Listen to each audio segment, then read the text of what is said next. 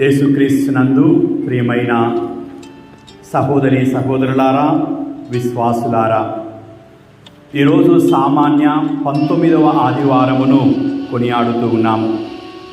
భారత కథోలిక శ్రీసభ జాతీయ యువతా దినోత్సవాన్ని కొనియాడుతూ ఉంది.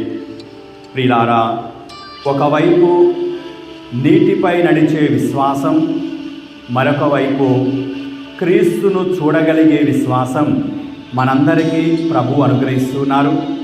మరొక వైపు ధైర్యంగా జీవించండి అని ప్రభువు మనందరికీ అభయముగా నిలుస్తూ ఉన్నారు. క్రీస్తునందు ప్రియులారా, మత్తయి శుభవార్త 14వ అధ్యాయము 27వ వచనములో యేసు తన శిష్యులతో ఇలా అన్నారు: భయపడకండి, ధైర్యము వహించండి, నేనే కదా అన్నారు. క్రీస్తునందు ప్రియులారా, ఈరోజు ప్రత్యేక విధముగా యేసు నీటిపై నడిచారు కదా, మనం యేసుతో ఈ లోకంలో నడవగలమా అనే అంశం మీద దేవుని వాక్కు ధ్యానిస్తూ ఉన్నాము. కొందరు నడవలేను అనేవాళ్ళు ఉన్నారు. ఎందుకు నడవలేరో ఈరోజు తెలుసుకోవాలి. మరికొందరు నడవగలము అనేవాళ్ళు ఉన్నారు. ఎలా నడవగలరో తెలుసుకోవాలి. క్రీస్తునందు ప్రియులారా, నడచుటకు నేర్పించేది ప్రభువే, నడక నేర్పించేది ప్రభువే. మనం చిన్నప్పుడు తల్లిదండ్రుల చేయి పట్టుకొని నడవడం ప్రారంభించాం. ఒంటరిగా నడిచే కొన్ని సందర్భాలలో ఎక్కడ పడిపోతానోనన్న భయం మనలో ఉంటుందేమో, కానీ మన ప్రక్కన ప్రభువు ఉండగా, మనల్ని ప్రేమించిన పరలోక తండ్రి మనలో ఉండగా, మనల్ని ప్రేమించిన యేసయ్య మన హృదయంలో ఉండగా, మనల్ని నడిపించడానికి దేవుడు నియమించిన తన దూతలు మన చుట్టూ ఉండగా మనం ఎందుకు భయపడాలి? క్రీస్తునందు ప్రియులారా, అందుచేత ఈరోజు ప్రత్యేకంగా యేసు నీటిపై నడిచారు కదా, మనం కూడా నీటిపైనే కాదు, ఈ లోకంలో ఎక్కడైనా నడవగలిగే శక్తి ప్రభువే మనకిస్తారనే గొప్ప ఆధ్యాత్మిక సందేశాన్ని ఈరోజు మనము ధ్యానిస్తూ ఉన్నాం. క్రీస్తునందు ప్రియమైన సహోదరి సహోదరులారా, నీటి మీద నడవాలంటే మనం కూర్చున్న పడవను విడిచిపెట్టాలి. యేసుక్రీస్తు ప్రభువు ఏకాంతముగా రాత్రంతా ప్రార్థించాడు. ఉదయానికి తన శిష్యులు సముద్రములో పడవలో ఉన్నారు. ఆ పడవ ప్రమాదంలో ఉన్నది. భీకరమైన తుఫాను మరియు చుట్టూ భయంకరమైన గాలులు, ఎక్కడ ప్రాణం పోగొట్టుకుంటామేమోనని భయాందోళనలో శిష్యులు ఉన్నారు. అలాంటి పరిస్థితులలో యేసుక్రీస్తు ప్రభువు నీటి మీద నడుచుకుంటూ తన శిష్యుల చెంతకు వచ్చారు. ప్రియులారా, అప్పుడు యేసు వారి వైపు రావడం శిష్యులు చూసి మొట్టమొదట వాళ్ళల్లో భయం వచ్చింది. ఎందుకంటే ఒకవైపు ఈ చుట్టూ ఉన్నటువంటి సముద్రం, మరొక వైపు తుఫాను, ఎగిసి పడుతున్నటువంటి అలలు, భయంకరమైన గాలి ఒకవైపు అయితే, మరొక వైపు ఆ సముద్రం మీద యేసు నడుచుకుంటూ రావడం వాళ్ళ హృదయాలలో నమ్మలేకపోయాయి. అందుకే వాళ్ళు అనుకున్నారు అదేదో భూతమని. అందుచేత వాళ్ళు భయపడ్డారు. క్రీస్తునందు ప్రియులారా, మన హృదయంలో భయం ఉన్నప్పుడు మన కళ్ళ ముందు ఏది ఉన్నా అది భూతంలాగానే కనిపిస్తుంది. అలాగే మన హృదయంలో భయం ఉంటే కాళ్ళ కింద నలిగిపోయే ఎండిపోయిన గడ్డి కూడా మనల్ని భయపెడుతుంది. అలాంటి భయం శిష్యుల హృదయాలలోనికి ప్రవేశించింది. ప్రియులారా, నీటి మీద నడవాలంటే ఏం కావాలి? ఇప్పుడు శిష్యులు పడవలో ఉన్నారు కదా, యేసుతో పాటు నడవాలి అంటే వాళ్ళు ఇదే సురక్షితమని పడవలో కూర్చున్నారు. ఆ పడవ నుండి నీటి మీద కాలు పెట్టాలి. యేసును నమ్మి పడవ దిగాలి. పేతురు యేసును నమ్మాడు. అలాగే మనం కూడా యేసును నమ్మి మనం ఏదైతే సురక్షితం అనుకుంటున్నామో ఆ పడవను దిగి రావాలి. ఈరోజు ఏది మిమ్మల్ని కాపాడుతుందని మీరు అనుకుంటున్నారు? మీ కుటుంబము మిమ్ము కాపాడుతుందనుకుంటున్నారా? మీ సంపదలు మిమ్ము కాపాడతాయనుకుంటున్నారా? మీ తల్లిదండ్రులు మిమ్మల్ని కాపాడతారనుకుంటున్నారా? మీ స్నేహితులు మిమ్మల్ని కాపాడతారనుకుంటున్నారా? మీ ఉద్యోగాలు మిమ్మల్ని కాపాడతాయనుకుంటున్నారా? మీ చుట్టుపక్కల ఉన్నటువంటి ప్రజలు మిమ్మల్ని కాపాడతారనుకుంటున్నారా? ఎవరు మిమ్మల్ని కాపాడతారని ఎవరి మీద మీరు ఆధారపడుతున్నారో అది సురక్షితం కాదని మీ అందరికీ తెలిసిందే. అందుచేత దానిని పట్టుకుని ఉండడం వలన తాత్కాలిక సంతోషం వస్తుంది, కానీ శాశ్వత రక్షణ పొందడం అసాధ్యం. అందుచేతనే పేతురు పడవలో ఉంటే మునిగైనా పోవాలి, నీటి మీద నడిచే యోగ్యత అతడు కోల్పోవాలి. కానీ యేసు ప్రభువు రమ్మనగానే పేతురు పడవ దిగి నీటి మీద నడుచుకుంటూ రావడం ప్రారంభించాడు. పడవలో ఉండి ప్రియులారా, నీటి మీద నడవాలన్న కోరిక ఉంటే ఏం ప్రయోజనం? అలాగే మనము ఇంటిలో ఉండి గొప్ప గొప్ప అంతస్తుకు చేరుకోవాలని పగటి కలలు కంటే ఏం ప్రయోజనం ఉంటుంది? దానికి తగిన విధముగా మనము శ్రమించాలి కదా. అలాగే వ్యవసాయం చేసే రైతులు కూడా తమ ఇంటిలోనే ఉండి పంట బాగా పండాలి అని కలలు కంటే పంట పండుద్దా? దానికి తగినటువంటి శ్రమ అవసరం కదా. విద్యార్థులు ఇంటిలోనే ఉండి మేము మంచి చదువులు చదవాలని కలలు కంటే సాధించగలరా? దానికి తగిన విధముగా స్కూల్కి వెళ్ళడం, కళాశాలకు వెళ్ళడం, మంచి పాఠాలు నేర్చుకోవడం, అదేవిధముగా తగిన శిక్షణ పొందడం చేయకపోతే వాళ్ళు ఉన్నత శ్రేణికి ఎలా వెళ్ళగలరు? అలాగే కార్మికులు మేము బాగా సంపాదించాలనుకొని ఇంటి వద్దే ఉండి కలలు కంటే ప్రయోజనం ఉంటుందా? వారు తగిన విధముగా తమ ప్రతిభను ఉపయోగించి శ్రమించాలి కదా. అలాగే క్రీస్తునందు ప్రియులారా, మనము నీటి మీద నడవాలి అంటే, యేసుతో నడవాలి అంటే మనం ఏదైతే నాకు సురక్షితంగా ఉన్నదనుకుంటామో దానిని విడిచిపెట్టి యేసు ఒక్కడే నాకు సురక్షితమని ప్రభువు ఉన్న సన్నిధికి మనం నడక ప్రారంభించాలి. నాకు భద్రత కావాలి, నాకు హామీ కావాలి, ముందు నాకు నేను అన్నీ విడిచిపెడితే నాకేం ప్రయోజనమో చెప్పు అని మనం అడిగితే యేసుతో నడవలేం. ప్రియులారా, వలవేసి చేపలు పట్టేటువంటి జాలులుగా ఉన్న పేతురు, యోహాను, యాకోబులు గలిలయ సముద్రంలో చేపలు పడుతున్నప్పుడు యేసు ప్రభువు నన్ను వెంబడించండి అనగానే, ప్రియులారా, శిష్యులు యేసు ప్రభు దగ్గరకు వచ్చి మిమ్మల్ని వెంబడిస్తే మాకేం ప్రయోజనం? మాకు భోజనం ఎవరు పెడతారు? మాకు ఇల్లు ఎక్కడ ఉంటుంది? మా పిల్లలేం కాను? మా కుటుంబం ఏమి కాను? మా తల్లిదండ్రులు ఎక్కడికి పోతారు? మా భూములు ఎక్కడికి పోతాయి? మా ఇల్లు ఏం కాను? ఇలాంటి ప్రశ్నలు యేసును అడగలే. రమ్మని పిలవగానే సమస్తాన్ని విడిచిపెట్టి యేసు వెంట వెళ్ళారు. యేసు ఏం చెప్పాడు? మీరు ఇప్పుడు చేపలు పట్టుతున్నారు కదా, మనుషులను పట్టే ఆత్మల రక్షణ కాపరులుగా మిమ్మల్ని నియమిస్తానని చెప్పాడు. క్రీస్తునందు ప్రియులారా, కొన్ని మార్లు మనం యేసు వెంట నడవడం అంటే, యేసు ఉన్న చోటికి నడవడం అంటే, మనం ఏదైతే కంఫర్ట్ అనుకుంటామో, ఏదైతే నాకు సురక్షితంగా ఉంది అనుకుంటామో దానిని మనము విడిచిపెట్టాలి. అది విడిచిపెట్టకపోతే మనం ఎక్కడ ఉన్నామో అక్కడే ఉంటాం, కానీ ఒక్క అడుగు కూడా ముందుకు వేయలేం, ప్రభు చెంతకు రాలేం. అందుకే ఈరోజు క్రీస్తునందు ప్రియులారా, నీటి మీద యేసుతో నడవాలి అంటే మనం ఏదైతే సురక్షితం అనుకుంటున్నామో దానిని విడిచిపెట్టడానికి మనం సాహసం చేయాలి. ఇక రెండవది ప్రియులారా, యేసును చూస్తే అలలు చిన్నవిగా కనిపిస్తాయి.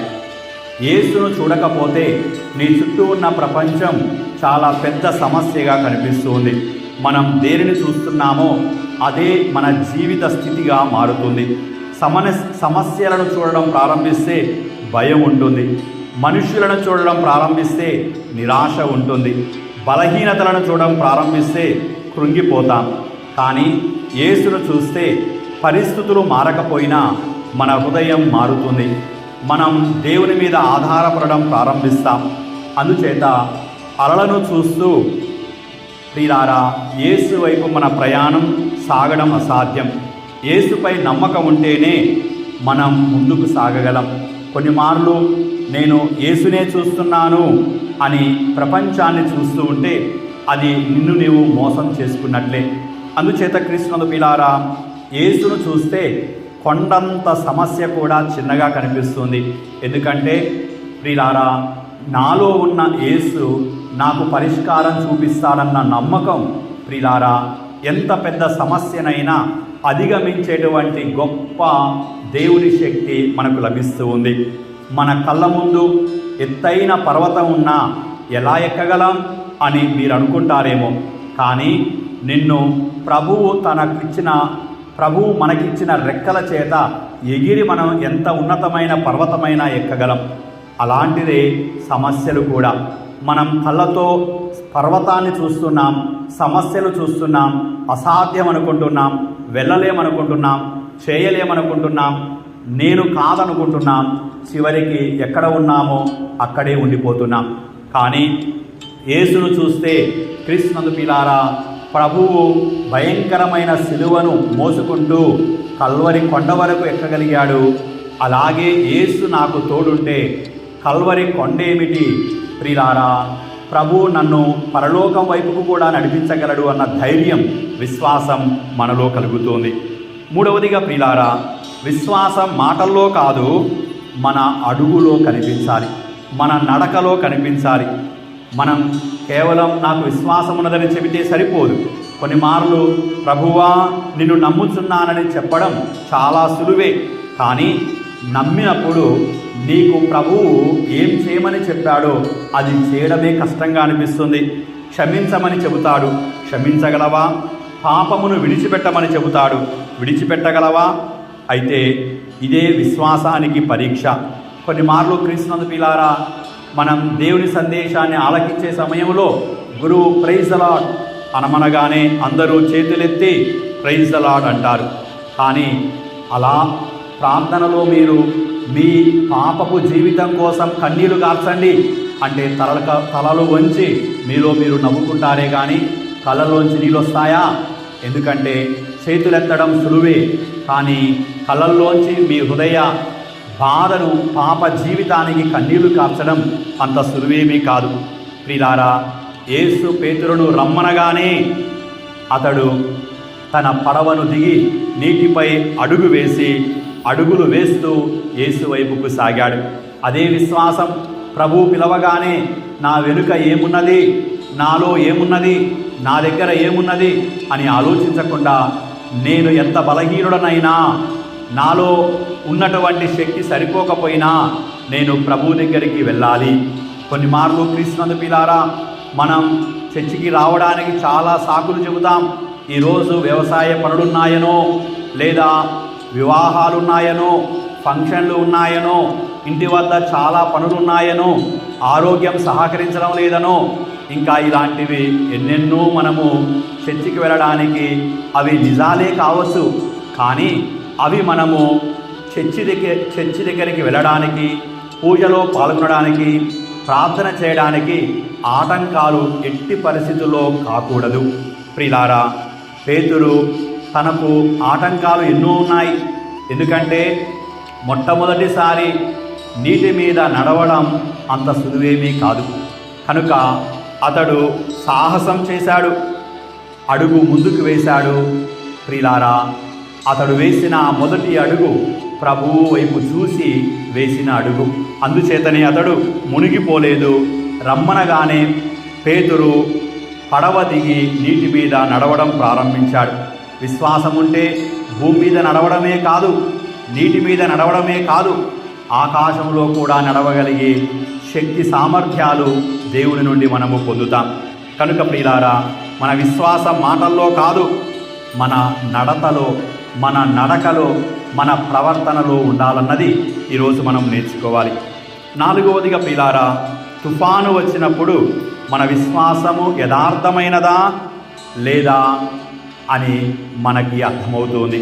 చాలా సందర్భాల్లో మన విశ్వాసం యథార్థంగా ఉండడం లేదు, నకిలీగా ఉంటుంది.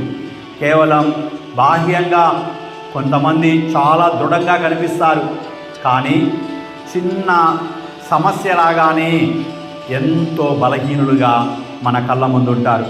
నేను ఇంత బలవంతుణ్ణి అనుకున్నానే, నువ్వు ఇంత బలహీనుడవా, ఇంత పిరికివాడివా, ఇంత చిన్న సమస్య కూడా పరిష్కారం పొందలేవా అని కొన్నిసార్లు అలాంటి వాళ్ళను చూసినప్పుడు మనకు అనిపిస్తూ ఉంది. ప్రియులారా, మరి పేతురు పడవ దిగి యేసు వైపుకు నడుచుకుంటూ వస్తూ ఉన్నాడు, కానీ తుఫాను అతనికి భయపెట్టింది. పేతురు యేసు దగ్గరికి నడిచాడు, కానీ తుఫాను ఆగలేదు. కొన్ని మార్లు మనం చర్చికి వచ్చినా, ప్రార్థన చేసినా, సమస్యలు ఆగిపోవు. ప్రియులారా, అలాంటి పరిస్థితుల్లోనే పెద్ద పరీక్ష మనకు. నేను ప్రార్థన చేశాను, పూజ పెట్టించాను, కన్నీటి ప్రార్థన చేసుకున్నాను, ఆన్లైన్ ప్రార్థన విన్నాను, టీవీలో ప్రార్థన విన్నాను, ప్రార్థన సమావేశాలకు వెళ్ళాను, 9 రోజులు ప్రార్థనలో పాల్గొన్నాను, 9 నెలల ప్రార్థనలో పాల్గొన్నాను, సంవత్సరం అంతా బైబిల్ చదివాను. ప్రయోజనం లేదే, నా రోగం పోవడం లేదే, నా సమస్యకు పరిష్కారం రావడం లేదే, నా ఇంటిలో శాంతి సమాధానం లేదే అని చాలా సందర్భాల్లో మనకు అనిపిస్తూ ఉంటుంది. పేతురు పడవ దిగి యేసు వైపుకు నడవడం ప్రారంభించాడు. నడుస్తున్నప్పుడు తుఫాను ఆగిపోయిందా? ఆగిపోలేదు. గాలి ఆగిపోయిందా? ఆగిపోలేదు. అయినా క్రీస్తునందు ప్రియులారా, మనము కూడా ముందుకు నడవడం మాత్రం ఆపకూడదు. పేతురు ప్రభువు వైపు చూస్తూ నడవడం ప్రారంభించినప్పుడు తుఫాను మధ్య, గాలి మధ్య, అలల మధ్య అతడు నడిచే సామర్థ్యం ప్రభువు నుండి పొందాడు. అలాగే క్రీస్తునందు ప్రియులారా, యేసును అనుసరిస్తున్నామంటే సమస్యలు లేవని కావు, కానీ యేసు ఆ సమస్యల మధ్య నీతో ఉన్నాడని నమ్మాలి. అందుకే ప్రియులారా, మనం చెప్పగలగాలి, ప్రభువా, నా జీవిత సమస్యల్లో నీవే నా ఆశ, నీవే నా రక్షణ, నీవు నాకుంటే చాలయ్యా. ఎన్ని సమస్యలు వచ్చినా పర్వాలేదు, నేను మోయగలను, భరించగలను, నడవగలను.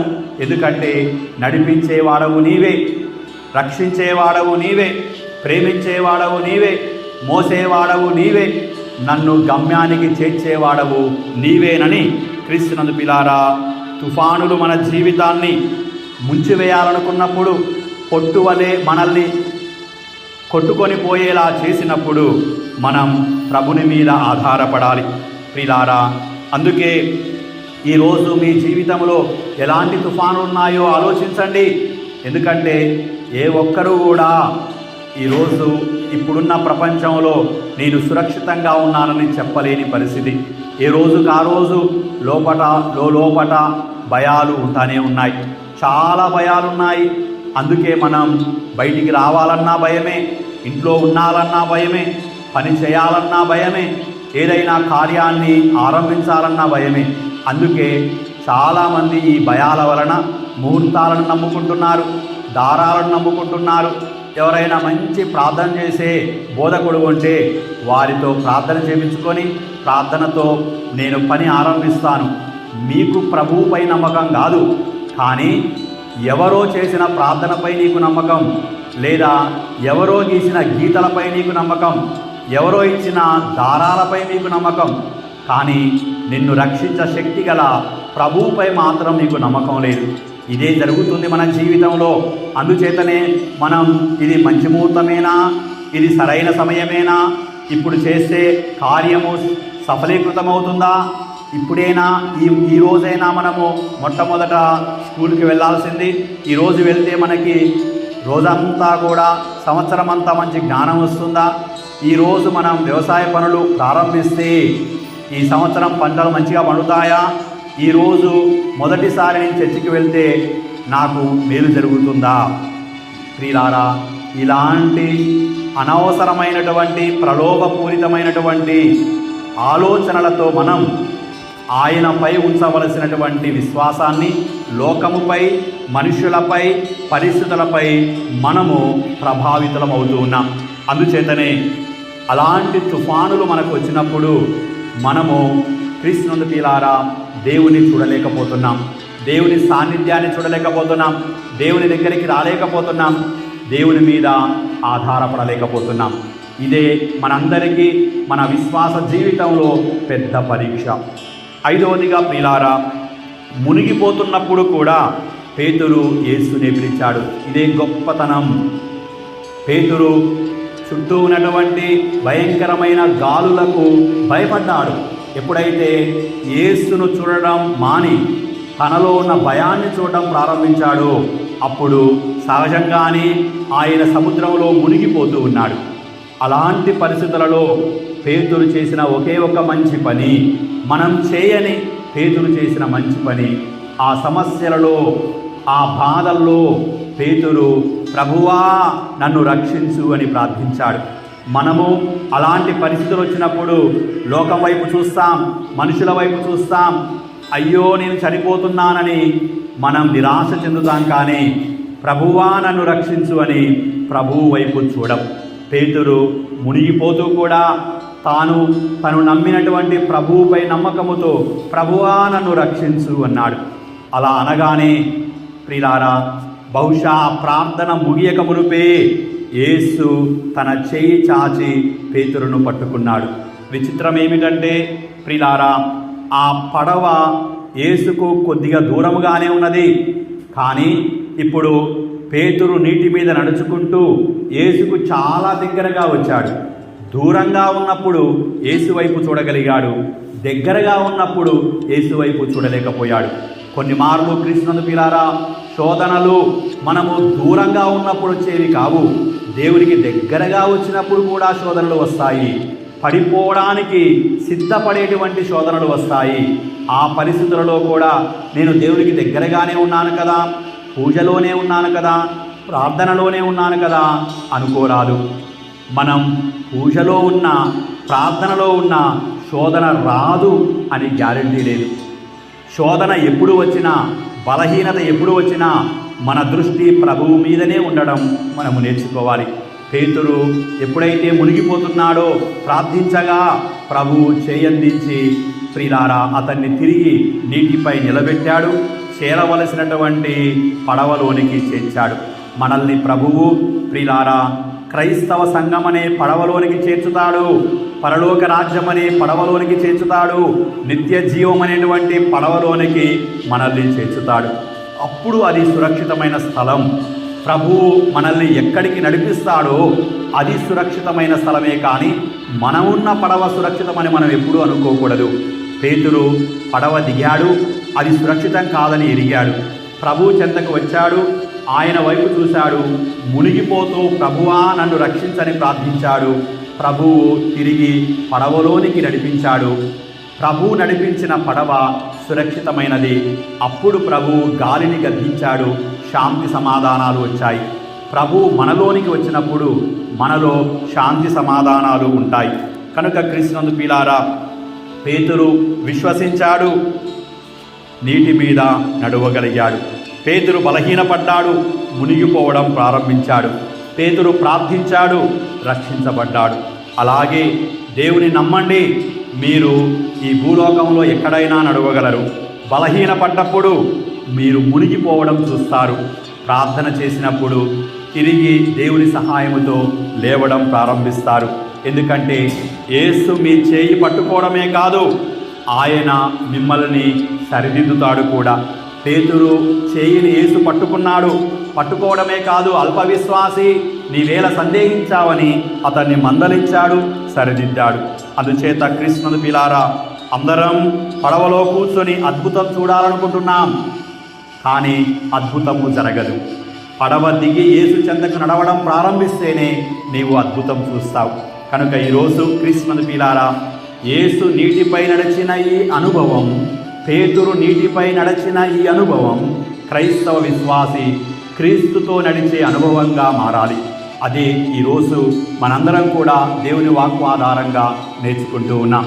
ఈరోజు జాతీయ యువతా దినోత్సవం, భారత కథోలిక శ్రీ సభ జాతీయ యువతా దినోత్సవంగా కొనియాడమని మనందరినీ ఆహ్వానిస్తూ ఉన్నారు. యోహాను శుభవార్త 16వ అధ్యాయం 33వ వచనంలో దేవుని వాక్కు చెబుతుంది, ధైర్యము వహించండి, నేను లోకమును జయించి తిని అని. యువత ఇప్పుడు ధైర్యంగా ఉండాలి, విశ్వాసాన్ని కోల్పోకూడదు, దేవుని శక్తితో నడవాలి, ప్రభు ఇచ్చిన జీవితం దేవుని మహిమ కోసం ఉపయోగించాలి.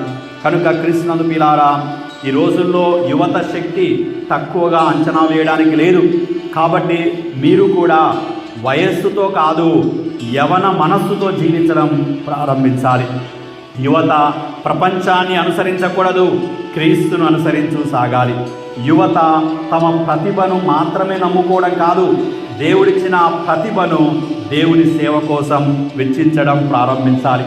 అందుకే ఈరోజు భారత కథోలిక యువత ఆదివారమును కొనియాడుతూ యువతకు భారత క్రైస్తవ సంఘం ఇచ్చే సందేశం, దేవుడు యవనస్తులను పిలుస్తూ ఉన్నాడు.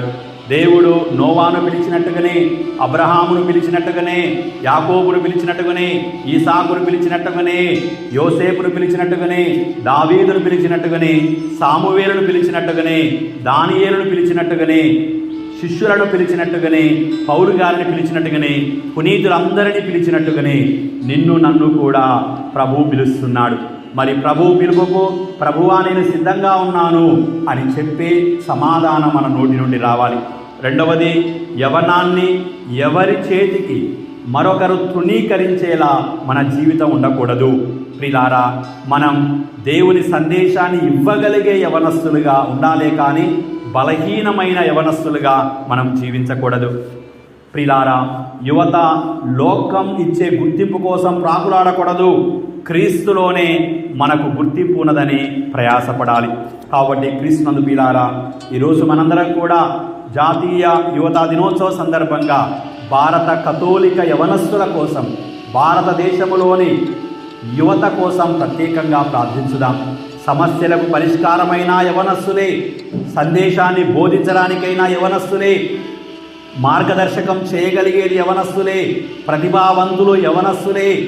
అందుచేత యువత శ్రీ సభకు అవసరం. ఈరోజు యవనస్తులు గుర్తించాల్సింది ఏమిటంటే, ఓ యువత, యేసు చేతిలో మీరు సాధనాలుగా మారాలని. అందుచేత ఈ 4-5 యవనస్తులైన మనందరము కూడా మన గ్రామంలో ఉన్న యవనస్తుల కోసం ప్రార్థిస్తూ యేసు చేతిలో మన యువత సాధనాలుగా మారాలని భక్తితో, విశ్వాసంతో ఈరోజు మనం వారి కోసం ప్రార్థించుదాం. అదేవిధముగా దేవుని ఆశీస్సులు ఎల్లప్పుడూ మన గ్రామంలోని యువతి యువకులపై, మన నర్మెట విచారణలోని యువతి యువకులపై, మన వరంగల్ మేత్రాసనంలో ఉన్న యువతి యువకులపై, భారతదేశంలోని యువతి యువకులపై సమృద్ధిగా ఉండాలని విశ్వాసంతో ప్రార్థించుదాం. దేవుని వాక్కు సమృద్ధిగా మనలో ఫలించునుగాక. ఆమేన్.